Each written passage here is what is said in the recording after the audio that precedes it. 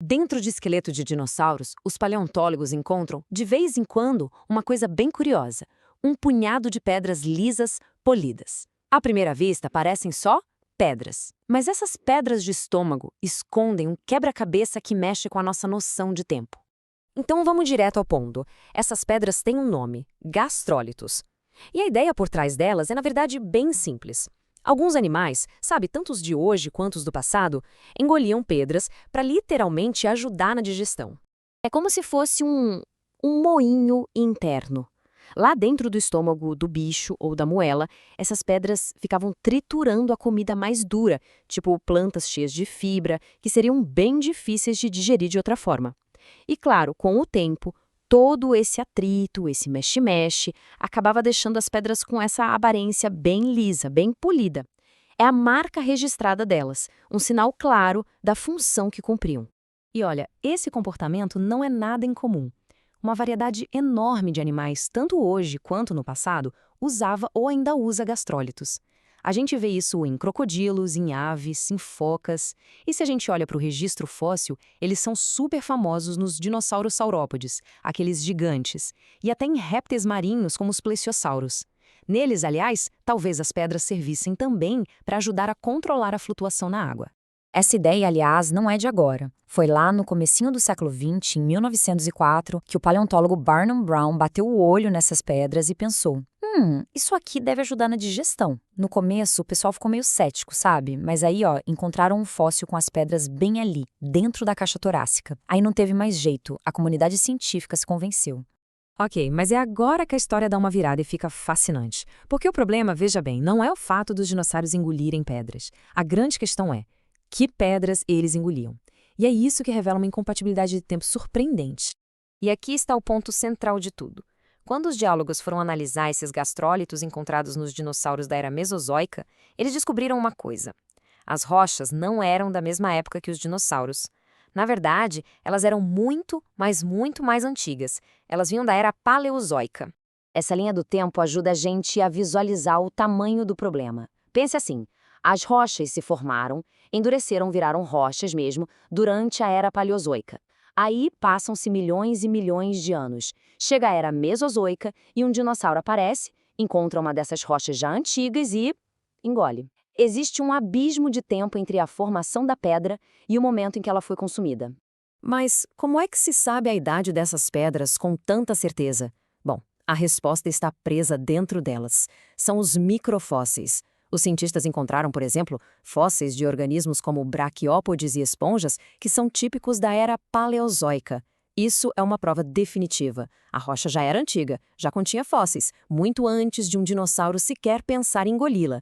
E essa diferença de tempo gigantesca se torna uma contradição bem direta quando se analisa a situação pela perspectiva do modelo da geologia do dilúvio, porque esse modelo propõe uma linha do tempo completamente diferente para a formação das rochas. Vamos colocar os dois cenários lado a lado para entender o conflito. Na geologia convencional, não tem problema nenhum.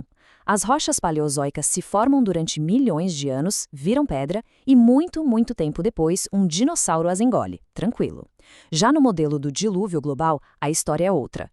Todas as camadas de rocha teriam sido depositadas de uma vez, num único evento de um ano. Nesse caso, as rochas e os dinossauros teriam que existir obrigatoriamente na mesma época. Isso nos leva à pergunta-chave. Peraí, se as camadas de rocha que formaram os gastrólitos e as camadas de rocha onde os dinossauros foram fossilizados surgiram na mesma catástrofe, ao mesmo tempo, como é que um dinossauro poderia engolir uma rocha? Por definição, aquilo ainda seria lama, sedimento mole. Para funcionar como gastrólito, a pedra precisa ser dura, sólida. Bom, para tentar resolver essa contradição, seria preciso imaginar uma sequência de eventos geológicos e biológicos acontecendo numa velocidade absurda. Vamos dar uma olhada nesse cenário hipotético que foi proposto para tentar dar conta disso. O geocientista Jonathan Baker descreveu o que seria necessário para essa explicação funcionar. A ideia seria mais ou menos assim: o sedimento com aqueles fósseis paleozoicos teria que virar rocha sólida, quase que na hora. Logo depois, essa rocha recém-formada teria que se quebrar em pedaços pequenos. Aí, os dinossauros teriam que comer esses pedaços e o processo todo de polimento dentro do estômago teria que acontecer em questão de horas ou dias, e não meses ou anos. Vamos quebrar essa sequência em etapas para ficar mais claro. Primeiro, a litificação, ou seja, a formação da rocha, teria que ser instantânea. Segundo, a erosão para quebrar essa rocha em pedaços, que é algo super lento, teria que acontecer de forma imediata. Terceiro, os dinossauros precisariam sobreviver à catástrofe e comer as pedras. E quarto, o polimento das pedras pela digestão teria que terminar antes que o próprio dinossauro morresse nesse dilúvio. Cada etapa exige que um processo natural aconteça numa velocidade que simplesmente não se observa. E o primeiro passo, essa tal de litificação instantânea, já é um obstáculo gigantesco. A litificação é o processo geológico que transforma sedimento solto, tipo areia ou argila, em rocha dura. Isso envolve compactação, cimentação e leva muito, mas muito tempo. A ideia de que isso tudo pudesse acontecer em poucos dias, no meio de uma inundação caótica, vai contra tudo o que se conhece sobre geologia. Mas tem mais. Existe um outro problema, e esse talvez seja ainda mais sério.